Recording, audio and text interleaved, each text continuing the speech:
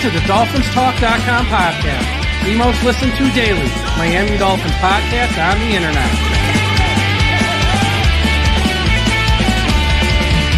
Miami's got the Dolphins, the greatest of all. Come on, Dolphins fans.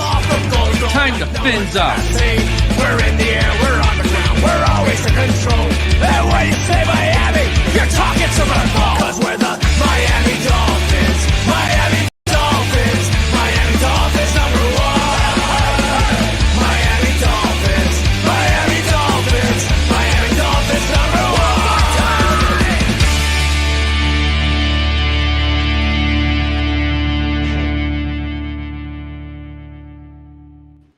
Hello, Miami Dolphins fans. How are you today? And thank you for listening to the DolphinsTalk.com podcast on this Tuesday, July the 29th. Hey, look who's back with me for another season. Hey. Miami Dolphins football. Josh Moser, WSVN7, South Florida's #1 news channel. Josh, how you doing tonight?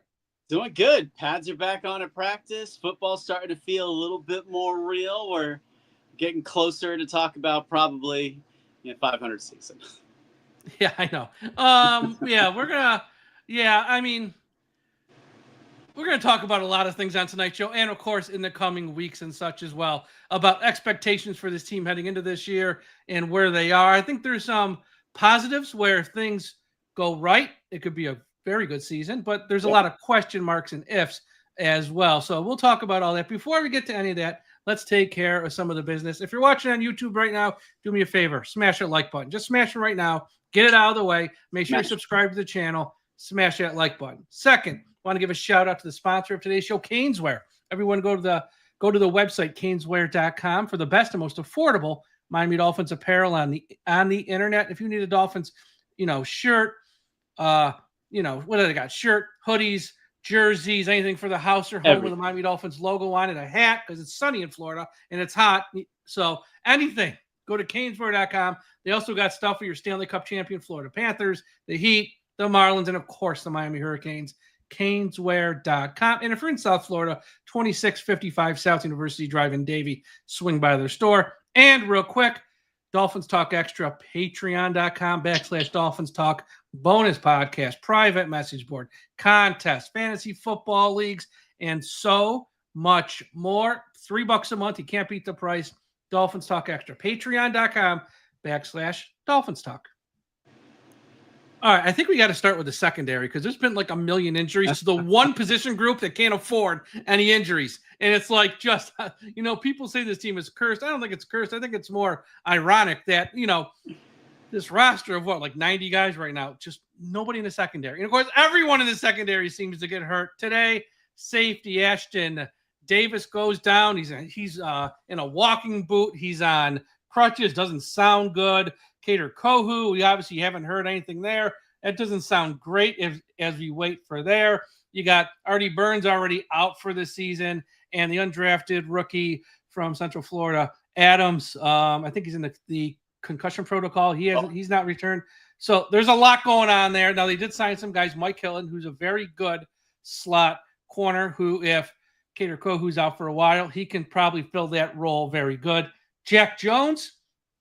He's young, got a lot of promise, has some experience, but he's had some off-the-field issues there. You think they're all done adding at cornerback? You think if this news that happened today with Ashton Davis, are they going to have to maybe look for a safety now? It's like, good Lord, are they done adding? No. Rasul Douglas is still out there. I know that name's been floated out for a long time. Was with the Packers, was with the Bills. His price tag's a little bit high, and we're going to kind of filter our way through training camp. And remember, we're still about a month away from the start of the regular season. We go through the cut-down process over Labor Day weekend, and there's so much that can happen between now and then. And realistically, you can add anybody up to the trade deadline. So this is going to be a work in progress. I think we're really wanting to see what this group can do, specifically Cam Smith. You want to see these guys get reps in an actual game. I know we're talking about practice. There's all this excitement, and we need everybody right now, but you're going to learn a little bit from the games. And when you really talk to the players, especially the veteran players, Mike, they say that they get more out of the practices against the other team, the joint practices, than the actual preseason game. So you're going up next week to the Chicago. You'll see the Bears. Great practice facility up there north of the city. And they're actually supposed to be a pretty good team. It's a loaded NFC North this year. So curious to see how they stack up, much more in practices and the games. But we're going to see a ton of players added. I wouldn't be surprised if you see 2 or 3 more changes in the secondary alone. But I think I'm actually surprised that Mike Hilton was available, especially when he was. He can play. He can play still. He's good. Yeah, I mean, and you talk about needing more physicality on this team. Remember Jordan Brooks saying, we didn't want to tackle in that Green Bay game last year. I think he's a piece that can change this team. Jones, I mean, he's a pick six machine if he's on. So we talk about accountability. We talk about culture change. These are all the questions that need to be answered. But you have more talent in that room right now than I think the fan base is giving credit for. But again, it's, can you piece it together? And luckily, your secondary works hand in hand with your pass rush. And right now, your pass rush looks like it's going to be the strong point of the defense if everybody can stay healthy. And at that point, the quarterback's already on the ground. You're not going to have to cover the deep ball, which I think is a little bit of the mindset of what the Dolphins are doing right now. Yeah, and with Mike Hilton, I checked when they signed him over the weekend. If you're into PFF, last year he was ranked out of 222 cornerbacks number 1 against the run. Out of every cornerback in the league, he was ranked number 1. So he's not afraid to hit somebody and wrap them up. So there's that, which is a big help for a team, which we've seen in the last 2 seasons at times. Not strong at tackling at some points in the season. They just don't. Yeah, I know. Josh, it's still July. I'm trying to be nice. They just don't wrap people up. So I think Hilton's going to help there for sure. And yeah, we'll see what they do. And also, we can't not mention, since we last spoke, Minkah Fitzpatrick's back. They reworked his deal. Last year at safety, they made one play. All the safeties come back, and it was week 1 versus Jacksonville. Now, look, it was a huge play. It helped them win the game. But outside of that one play week 1, all the safeties combined did not make a play. I think this year, at least with Minkah, we'll get more than one quality play from a safety. I hope so. I would hope. I really hope so. And I love that they got him the guaranteed money. He won't be a rental. He was very gracious when he spoke to us. I mean, we waited a month to talk to him, and he finally spoke. Just kind of an interesting situation where you fire your agent, you hire Drew Rosenhaus, and then he basically gets a deal done immediately. They hired him on Tuesday, and then the deal was done. So he's also got his little brother here at St. Thomas Aquinas High School. He's a huge recruit. He's committed to Georgia.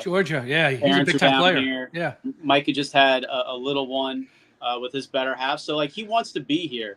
And I like that they gave him the guaranteed money for next year, and he said himself, look, I want to go prove myself. And we know he's one of Chris Greer's all-time favorite players. You can talk about the bad blood with Brian Flores and all of that, but Brian Flores is gone. So Minkah seems pretty happy. Tua is very excited to have him back, reuniting with him. Those two are close.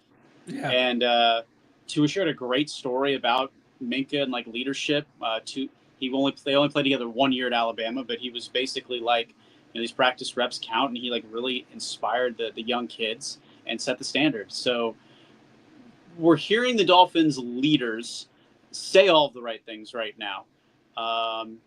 But you really like where training camp has gone in the first week and a half. I think there's a lot of optimism from the team, despite there being, maybe limited expectations from the outside. And we know this is one of the most optimistic fan bases in possibly all of football, especially for an organization that hasn't won a playoff game in 25 years. So right now we're in, this is our year. Everybody's going to be great. And, you hope that that's the case. But there's a lot of things on this football team to be excited about. And I just hope that everything comes together. Yeah, absolutely. Noah Fant was in yesterday for a visit, the tight end. And look, I got excited about that one because I think that guy can, he is just as good, I think, as someone like Jonnu Smith, who people have to remember, he was great last year for Miami, Jonnu. Heading into last year, his career was it was okay. It wasn't nothing great. It was okay. Noah Fant, kind of the same, probably even a little bit higher, I would rank him than someone like Jonnu Smith. Again, here's the problem. whatever money they got left, and I know they opened up some money here with Minka, you still probably want to take care of Zach Sealer somehow, some way. We know they're going to have to spend some money probably more in the secondary, especially if guys keep falling, keep going down at this rate. Is there any money left over to pay Noah Fant? Is that someone that's needed? They also got Waller, kind of the same type of guys that don't block great but are good pass catchers. I know he's on PUP. What are your thoughts on Noah Fant? Possibly, maybe, should they, shouldn't they in Miami? I think it was more just to really see where he's at and kind of compare him to Waller. Obviously, no contract was done. They had him in for a workout. Font's kind of just an interesting story. Like, you remember him on the Broncos and, you know, all of the promise that you thought. Then he goes to Seattle, and then all of a sudden Elijah Arroyo, the second-round pick out of Miami, supplants him, and they randomly release Noah. We really don't know why. It's been very hush-hush. But obviously he's a player with a ton of talent. And you go back to Mike Gesicki's time here where it's a pass-catching tight end. That's what Johnny was. Johnny rewrote the record books for the single season. So they're trying to see what they have. I think that there's always ways to find money. Absolutely. I don't think that would be the issue with Fant. It's just more of like, what does Mike McDaniel really want to do? And you're only getting so many reps. And do you really want Fant touching the ball? Is it worth whatever money for him to get 3-4 touches a game? Or would you rather have that ball, those 3-4 touches to Achane, to Tyreek, to Akine? Like, you've got a lot of options. So I think we'll call it the due diligence here early. But I will tell you that I can say from a source that the Zach Sealer extension will get done before week 1. Awesome. The plan is to get Zach paid before stepping onto the field. That's good. That has the ability to clear more cap space. Yep. As part of a roster bonus or a guarantee, like we saw with Minkah Fitzpatrick. They did it as a signing bonus. So that would open up more room. Yeah, I mean, look, if anyone on this team deserves that, it's him. You know, I've heard for the past 7 months, you know, this team, people in the front office, the players talk about the culture. Raheem Mostert left here, had some harsh words to say about the culture. If they don't reward a guy who shows up, does everything the right way, checks every box of what you want from a player, and then on the field gives you 10 sacks every year, then I don't ever want to hear that word again. I'm talking about the culture. They have to reward them or else they look like fools. So I'm very happy to hear that, because with this organization, at times you just never know if they will do the right thing. So the fact that they will, and I know who you're talking, like, I feel very good about that. Yeah. I mean, interesting too for the fans. I understand that Christian Wilkins kind of has his own situation going on right now with the Raiders. It's a weird one. Yeah. But I feel like going back to the season before when it was salt and pepper, you know, when Zach was playing next to a guy that got paid $100 million in free agency, deservedly so. And then he comes back the following year without that stud next to him, that first-round pick, and he is the team MVP. I mean, I don't think you can ask for much more. And then I found it interesting that, you know, obviously Zach's going to pitch himself, deservingly so. But he mentioned, you remember, he's a D2 guy. He only played 2.5 years of college football, and then he didn't play his first 3 years in the NFL. So he said that he's got less mileage on him than some of the rookies coming in, you know, this year to camp. And I'm like, that's, you know, valid. But you watch the way that he takes care of his body and what he does. And when you talk to his teammates, I know that he's one of the first in the building. He loves the weight room. He's all about recovery. And, you just hope that he can continue to roll. But obviously his agent, you know, has a lot of leverage. You think?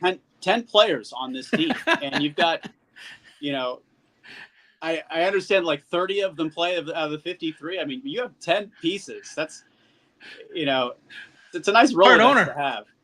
Yeah. He walks up to Steven Ross and goes, "What's up, partner?" I mean, that's what it is at this point. Yeah. I mean, hey, look, I cut you a deal on this guy. I need you to get this other guy a little bit more money. You know, pretty much. That's how it works a lot of times. Yeah. Unreal. It's unreal. It is unreal. But when it comes to Zach Sealer, he lived in a trailer the first couple of years in Miami. He was saving his pennies. This guy he does the grind. He puts in the work, and now it's time for him to he was paid a year or two back with his deal, which was great because he got paid some real money there. But it's time to reward him again because, again, you have to reward the people who deserve it if you want to set the culture, which they keep talking about. Reward people like him. And so, thankfully, that's very, very good news. Let's talk about the quarterbacks here. In years past, and this time of year, late July, first part of August, all we hear is, he looks great, Tua, but man, Mike White, Skylar Thompson, all those guys, it's just a mess. This year, not the case. Yeah. Quinn Ewers for a 7th-round pick has come in. Looks like he's picked up the offense pretty quick. He's playing well, especially when you consider, he is a 7th-round pick. Zach Wilson looks like the guy who was the number 2 overall pick. Got a big arm, a lot of zip. He's also picked up the offense. My only question is this, and we're probably not going to know this till they practice with the Bears and the Lions. Are they just taking advantage of a bad secondary, or are they really this good? Or probably a little both. Yeah, I mean, look, like the pads just went on for the first time today. You're going to see a quote-unquote practice player. Like the talent's there for both of these guys. And I mean, with Ewers specifically, you dial it back a couple of years. He was a first-round prospect. Yeah, number 1 overall coming out of high school. And he was a bona fide Heisman candidate.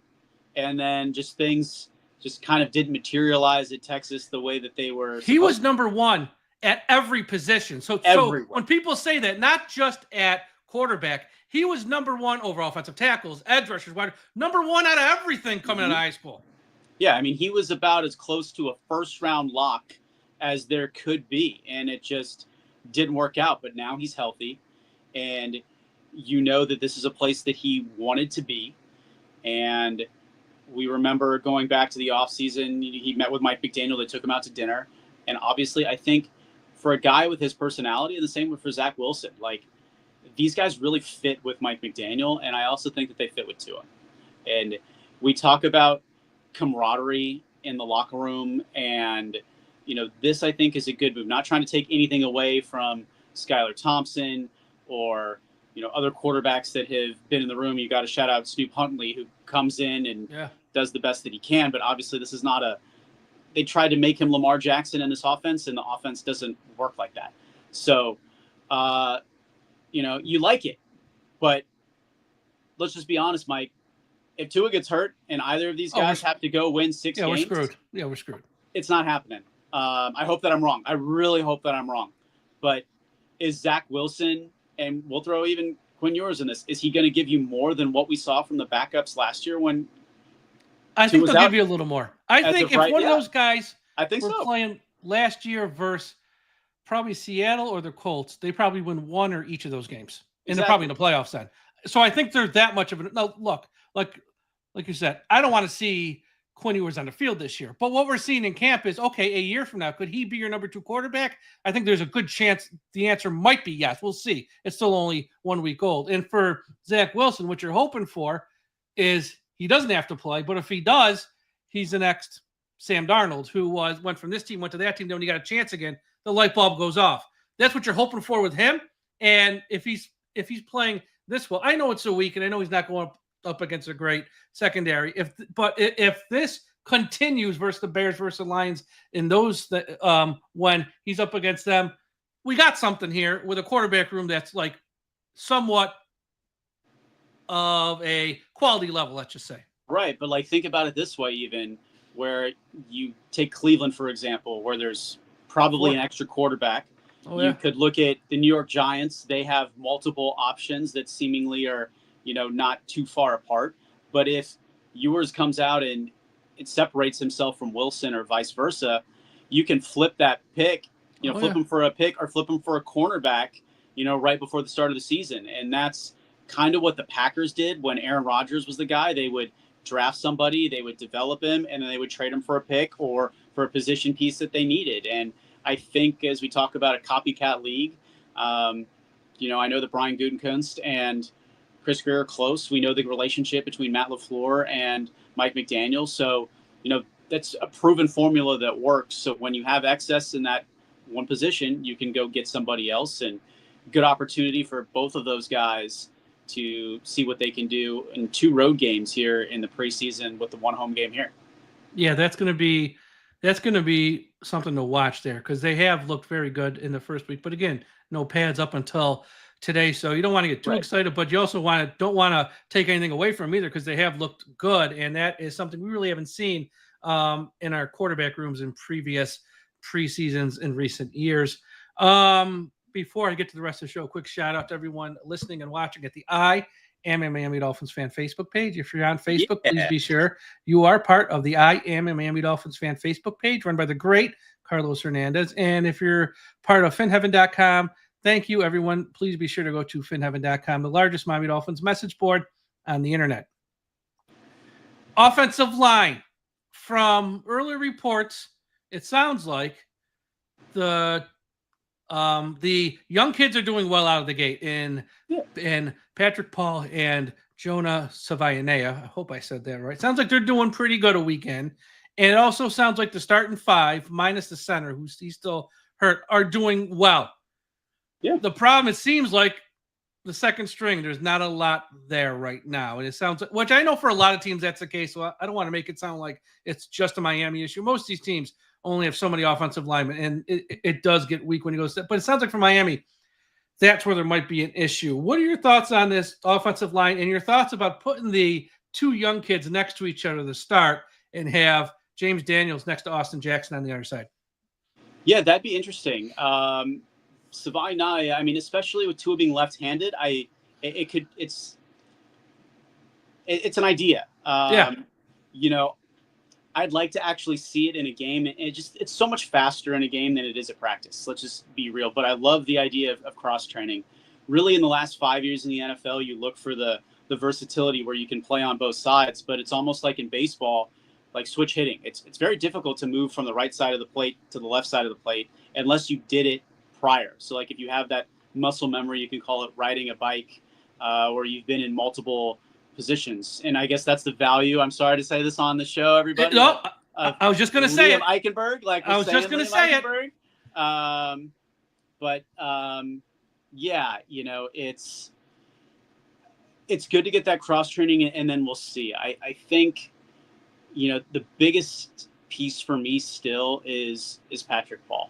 Yep. Simply Simply because I understand that Tua is left-handed and it's not his blind side. It's more on Austin Jackson at the right tackle spot, who looks really good.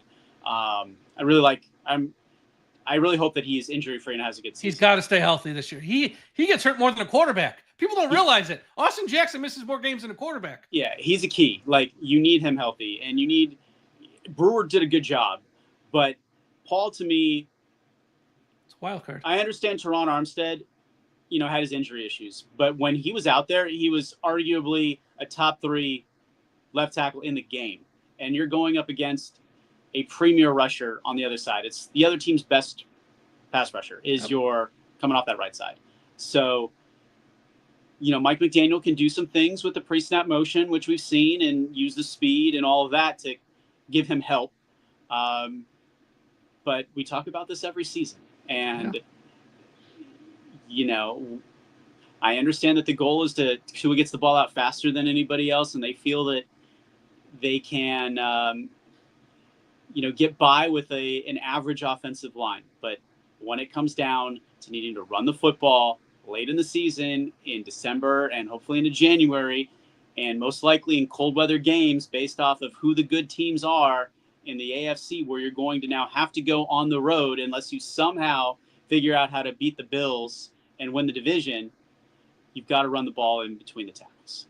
And that's something that Mike McDaniel will have to figure out how to do. And we'll see who's healthy at that point of the year if they get to that point. The good news is, I feel, looking at the schedule now based on, you know, last year's metrics, it's a pretty easy go out the gate. Like, there's a few winnable games. I mean, you can start 3-1, you can start 4-1 easily. So, there's hope. We're saying there's a chance. There's always hope. Yes, there is. And I actually think this year, the interior of the line with who they brought in, it can't be worse than last year. So it'll be a slight improvement. No. It has to be better. What I'm worried about is if Austin Jackson or Patrick Paul, who we don't even know about Patrick Paul, but let's just assume he's just average. If one of those two guys get hurt, we got nothing. Like, we literally right now. Now, look, I know once again, it's only July. There's going to be guys who are cut. There's going to be guys who are out there they can go get. You know, plus there's guys who they can add after week 1, which is when you like a veteran, because then his contract's not going to be fully guaranteed. So there's still time to make moves for that type of stuff. But if Austin Jackson or Patrick Paul get hurt, There is literally nothing behind them right now, and that's a bigger concern because you can find a guard second string capable, but at offensive tackle that becomes much harder. Yeah, and I mean those are the hardest players to find, both on the offensive and defensive line. And in the draft, this year you took Jonah in the second round, but he can kick it outside, but obviously he's going to try to play interior. We'll see what happens there, but that's how they're built. And I'm going to bring this up, and I know it's early, but there's a reason I feel that they did not do the reconstruction on Tua's deal, because there's potential out after this year. Yep. And this is either going to work or it's not. And I think we're going to have a pretty good idea going into that Spain game, where this team is at in mid-November. And, I hope that it's not the direction that the outside football world thinks that it's going to go. I hope that it comes together. But we could see a radical change at the trade deadline. And as the players say, it's a long season. It's a long season. And, late October, first week of November, when you kind of make trade deadline, we could see something happen there with a name I'm about to say next. But I'll say this. We've had a lot of people on the podcast here the past month or so with Marissa, and one of the questions we asked them is, will Mike McDaniel, will he be the head coach of his team when they play in Spain, which is like mid-November? Maybe one person said yes. I want to say, so the outside non-locals, the people who work for ESPN, CBS Sports, all these other non-local, they're all in the case of, that's not happening, which I don't think is true. I actually think he'll coach. It'd have to be really bad. I think he'll coach the whole year, and if there's a change, it'll happen after the year. But I kind of get why they feel that way, so you can't push back on them too much. I'm like, you know what? I can see. No. It kind of makes sense if things do go bad. Yeah, I hope that it doesn't go that way. But look, when a team doesn't perform up to expectations, the onus is going to be on the general manager and the head coach. Chris Grier is now in his 10th year. He's been with the team for over 20 years. McDaniel's now in his 4th season. He finally gets a defensive coordinator back for the first time in Anthony Weaver. Yeah. So I think that's a help. The defense has talked about knowing the system, and now it's been such a great thing not to have the learning curve early in camp, to have those reps. So you're hoping for an improved defense, even though we talked about the secondary. But right now on paper, I can't say that this team is any better or worse than they were last year. And it's almost like... Well, it's clearly worse on paper, but that doesn't mean they will win less or more or just 8 games. Because I think they're worse in the secondary.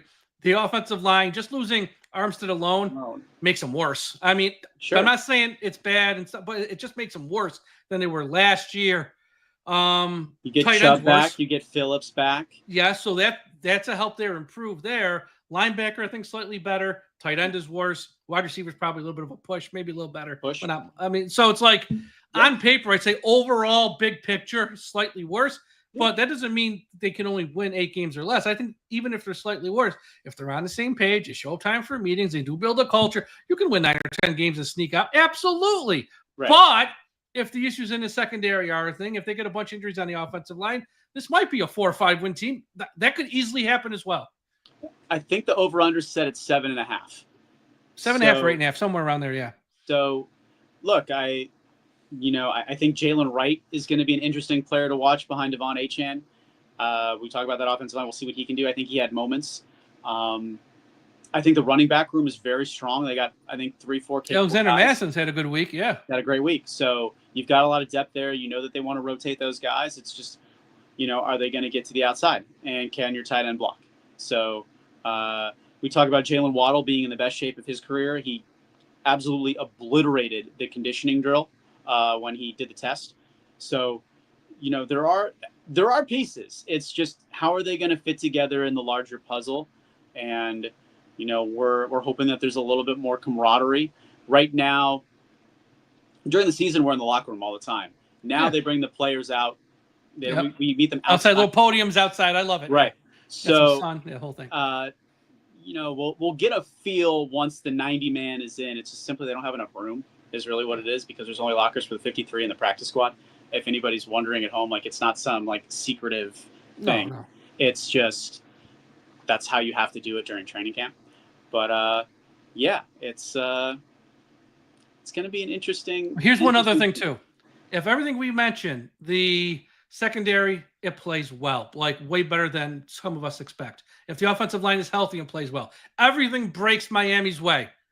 The biggest question mark on this team heading into the season is the head coach. He's got to be better too, because at times he does cost his team games. He's got to win a challenge or two, or know when not to throw a flag. He's got to, just have, if you're getting 5-6 yards of carry, don't stop running the ball. They expect us to keep running. No, don't overthink it. Just keep there's things he needs to do better as a head coach. So, and if he does it, I don't care what happens with the players on the field. They can't overcome that. Right. I'll say the outside rhetoric on Mike McDaniel last year was that opposing defenses figured out his offense, and then he didn't know where to go from there, how to adjust. But I guarantee you, Mike McDaniel's a heady individual. You can throw the Yale, diploma out there all you want, but he spent a lot of time figuring out the counter to a counter. And if he hasn't figured out that counter to the counter, your decisions will be made. But yeah, I'm going to bet on Mike McDaniel early in the season to figure that out. And I really hope that Tua can be the player that we've seen in spurts. It's just, can he do it consistently, and can he stay healthy? So everybody's saying all the right things. Even the Tyreek Hill situation. I was just going to ask you about that next. First, though, I think something that might really help this offense and will help Mike McDaniel this year is Slowick. The other Slowick from Houston we got. We already had the brother. Now we got the other one. Hopefully he can come in here and maybe get in his ear and be like, look, in Houston, because he was a hot coach, and I don't know what happened down there. But the fact he's here now, in his ear maybe a little bit, and maybe talk him up the ledge sometimes. And again, dude, it's the first quarter. We don't have to go for it on fourth down. Right. Stuff like that. Yeah, and look, Mike's got a history down in Houston, and it's sometimes in organizations you get groupthink where you've had a lot of people. Yes, I hate that. There for a long time, and you need to bring in some outside perspective. So I think that was a really good addition. I think the other addition, the guy coming over from the Raiders for front office, just to kind of give another Champ Kelly. Yeah, look, I think I like that they're trying some different things. Special teams coordinator. Yeah, had to make a change there. Or R.I.P. to our poor Danny Crossman. Yeah, did Danny get picked up? I haven't looked. I got to see if he ended up with somebody. Let's do a quick search of the old. I'm Google sorry, machine. everybody at home. No, I got to find out now. Now we got to find out if he's working. Danny Crossman is, per Wikipedia, which is always right, unemployed. Yeah, I didn't think he got picked up, but they're doing some things differently, but I'm great. Be different, be an underdog role. Status quo wasn't working. You got to mix it up. Great, but let's see this. And I think you need to come out week one. That's a very, very winnable game in Indianapolis to start the season. They don't have a quarterback. They don't know who it's going to be. But that's going to be a rough atmosphere because they just lost the owner. Everyone's going to be there that game because they're going to honor him. They're going to put him in the ring of honor. They're all going to be crying. Everyone's going to be fired up. They got to survive their first quarter or two and let things calm down because that's going to be a rough atmosphere week one because the Colts are going to be all in their feelings and all the fans are and everyone's going to be going nuts for Jim Irsay. That's a rough atmosphere. I'd rather play them not week one, but JT's always dangerous. I know that's a fast rough field. One. Like that field, that turf, like the Dolphins though, they could bring a lot of speed to that. So and that starts with Tyreek Hill, who's, focused. That's my last question. Yeah. Let's end this way. The whole Tyreek and Tua relationship, what's been said in the press here the past week or so, everyone's saying the right things. Yeah. What are your thoughts on that whole situation? And if we get off to a bad start late October, is Tyreek one of those names who could be moved by late October? He's a chip, and he probably won't be here next year anyways. Yeah, I think, assuming nothing happens off the field, which I don't think that it will, because Tyreek understands the situation that he's in. He knows where he's at. It's kind of a last chance. He's got to understand. Yeah, There's no one that's going to take the contract. Like the contract is the issue. You talk to a lot of teams around the league when the Dolphins initially traded for him from Kansas City, a lot of people wouldn't have touched him. That being said, despite, he's had the personal thing this offseason with the baby over the balcony and separation from his wife, but he's focused on football. And you watch the guy run, and he's 100 meters. But from talking to Drew and talking to the other teammates, he's been really focused on football, and he's actually slimmed down, and he looks like he's in great shape, and he's all in on football. That's the good news. I can tell you that, he has worked on the personal side a little bit through help from the team and, other resources, which is amazing. I think we heard him speak multiple times. I was just with him. Chad Ochocinco-Johnson hosted a wide receiver workshop here at Miami Beach High. And Tyreek's, great. When the cameras are on, it's different when you're in the NFL. But just talking to him off to the side, he's I would say he's more at peace with who he is and like his whole situation. And I think that is a big piece. I don't know if anybody watching listened to Darren Waller speak his first time where, he talked about the joy of football, like figuring out who he was, didn't have it, and finding that love. Tyreek is kind of back in that mode again of just not making the playoffs, not being named to a Pro Bowl. And, he's realized that, look, he's on his kind of last leg if he wants to go be in the Hall of Fame and check the boxes that he wants to check. So I think that's really good, but I want to see action. I don't want to hear talk. And now you're 31 years old. You're not a kid anymore. It's not I'm 40, I'm a man, but, and it's not really funny anymore there. Where he goes, time is having fun online. No one's laughing at this stuff anymore. Yeah. Everyone's kind of exhausted by it. Just make plays on the field, be right off the field, and good for Tua. That's it. How about Tua just stepping up and being honest? He was great. He was 100% great. Awesome. Jordan Brooks said the opposite. He was just like, hey, man, it's a bad moment. Like, you don't need to repair anything with me. Just come out and do your thing. But, it's different with a quarterback. But, you guarantee me that, Tua's going to throw Tyreek the ball because he's got to. Like, there's no – you have to have that. He's connection. too good. This can't be a WNBA situation where you're mad at somebody and you're not going to pass them the ball. That's happening. That's real. That's a great analogy. No, it's true. That league is the most messed up league I've ever seen in my life. God bless him. Yeah, but it's messed up. But Tyreek, he has to be the guy. And when Tyreek is the guy, and we've seen it, teams are really, really tough to beat. So I hope that we see that version of him. And you're certainly getting paid to be that version at $30 million a year. So I don't know. I think I'm most excited about this season, much more so than last year coming off, just because it could go so many different ways. It could. And I hear fans say, those games, that game's easy, this game's easy. I'm like, no. I look at every game on this schedule as I have they could win every game. Well, not win every game, but they could win any game. But they could easily lose any game as well, like week 1 versus the Colts. If they lost that game, I am not going to be shocked in the least. Week 2 versus the Patriots, I'm not going to be shocked if they lose to, May and all those. I wouldn't I think every game is a toss-up because I think that secondary is going to keep all of our opponents in the game at all times, unfortunately. So I view none of these games as a sure thing. And that does make it more interesting. It's because in years past, when we did play a team who was a left team like the Jets or Patriots, we're probably going to beat those teams. This year, I cannot say that because I have no idea. I really think the Jets are improved. I know that from a couple players in that locker room, they love their new head coach. I would say that the Patriots are improved. I know that they've got a full new coaching staff. So obviously that takes time. And, and the Bills are the Bills. I think that game early in the season up there, I think it's a Thursday night football game, I want to say. It is week 3, Thursday night football. Rivalries, uniforms for them, not for us. Yeah. So that's are we on, we're 9 years now, almost a decade of not winning in that stadium?